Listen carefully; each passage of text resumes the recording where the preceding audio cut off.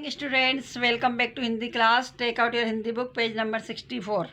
आप अपने हिंदी की बुक निकालिए, पेज नंबर 64। आज हम पढ़ेंगे लालची रानी, पार्ट 17। चलिए शुरू करते हैं। एक थी तितली, नाम था उसका रानी। तितली रानी नाम की एक तितली थी।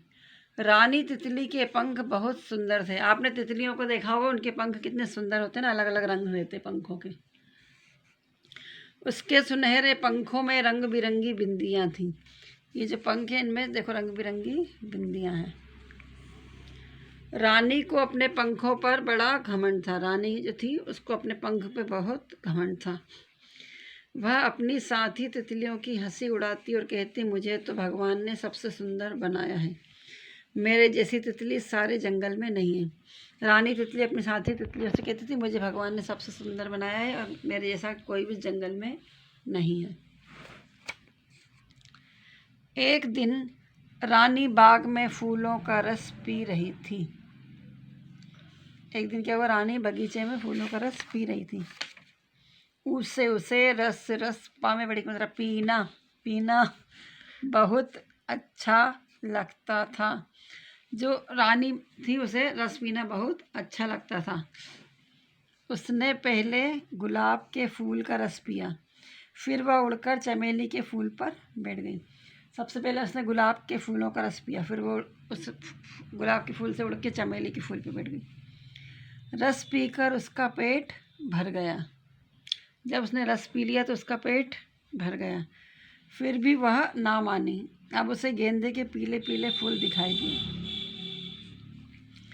फिर चमेली के फूल के बाद वह गेंदे के फूल पर पहुंच गई। बड़ी मुश्किल से उड़कर वह वहां पहुंची और उसका रस पीने लगी।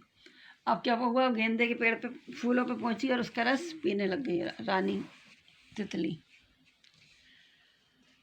तभी उसने देखा तालाब में कमल खिला है। देखो ये रस पी के आई तो ये थी रानी तितली।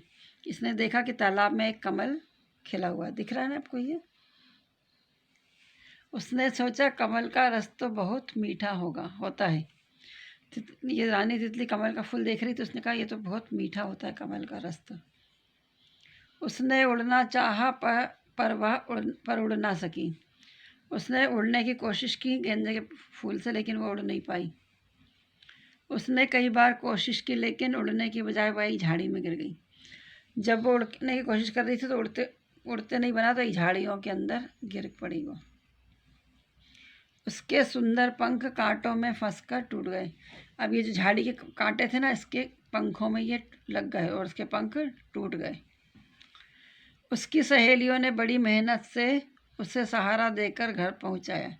तो जो उसकी साथी तितलियां थी ना, उन्होंने उसको सहारा दिया और उसे उसके घर पहुंचाया।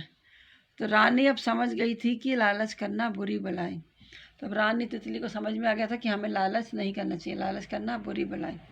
लालची व्यक्ति कभी जीवन में सफल नहीं होता है, जो और हमेशा दूसरों से द्वेष भावना रखता है और अपने आप को ही आगे बढ़ाने की कोशिश करता है। इसलिए हमें कभी भी लालच नहीं करना चाहिए। चलिए अब इसके शब्द अर्थ पढ़ते हैं। सुंदर मतलब खूबसूरत, घमंड मतलब अभिमान, सहारा मतलब सहायता, सुनहरे मतलब सोने के रंग के, मुश्किल मतलब कठिन और लालच मतलब लोभ। अब आप पूरी मात्राएं सीख गए तो आपको श्रुतलिक लिखना तो आने लगा होगा। तो श्रुतलिक मतलब क्या होता है, डिक्टेशन वर्ड, जो आपको बिना देखे लिखना है। कोई आपको बोले और आप लिख के बताएं। घ में अम की बिंदी मंड, घमंड। ता में छोटी की मात्रा तीत, ला में बड़ी की मात्रा ली, तितली।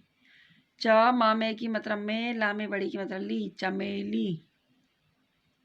माँ में छोटा की मात्रा मुँह, आधा शाह। का में छोटी की मात्रा कील, मुश्किल। झा में आ की मात्रा झा, उड़ा में बड़ी की मात्रा डी, झाड़ी। और ला में आ की मात्रा लालच, लालच।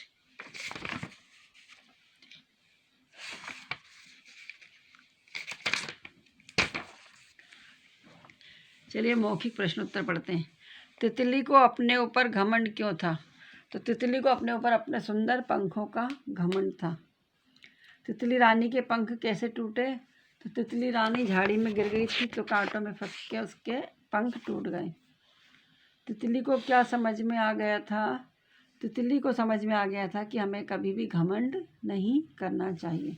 तो आप इस कहानी को एक बार फिर से पढ़िएगा और दोहराइएगा और शब्दार्थों को भी पढ़ने की कोशिश करिएगा।